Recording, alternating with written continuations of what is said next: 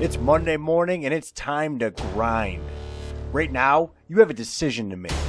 Hit snooze and start another week on autopilot down the road to mediocrity, or get your ass up, take control of your life, and grind until you achieve greatness. The choice is yours. Do you have what it takes to grind your way to the top?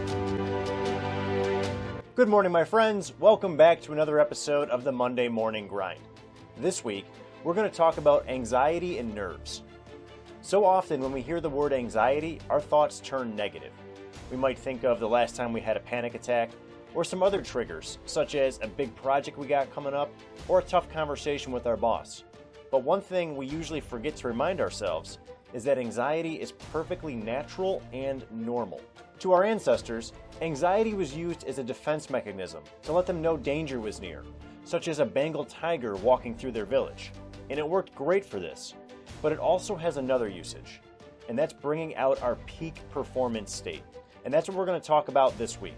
When we feel anxiety setting in, our symptoms usually include an elevated heart rate, our breathing tends to increase, and our vision and thoughts sometimes tunnel. It's no coincidence that these are the same symptoms for extreme excitement.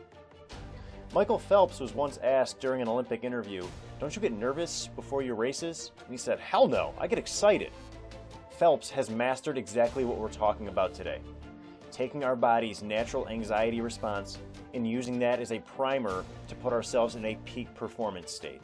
That feeling of anxiety that we all experience is exactly what we need to bring about our A game. We just need to focus on controlling those physiological responses that our body has. The best way to do this is to own our emotions and feelings. Say to yourself, "I'm anxious right now, but that doesn't mean that I can't perform at my best." This statement removes the ambiguity from the situation because you're acknowledging that you're anxious. But then we take it a step further and say, so what? So what if I'm anxious? It doesn't mean that I can't perform. We need to channel those physiological responses into actions toward our task. Anxious people often report feeling overwhelmed or mentally distracted, and that's because they don't give themselves a clear path in the moment. And that's exactly what we're going to do here. Next time you feel anxious, say to yourself, "I feel anxious right now, but that doesn't mean that I can't perform my job. The next step that I need to take is," and fill in the blank. If you're unsure of what to focus on next, try flipping the perspective and imagine that you're talking to a friend.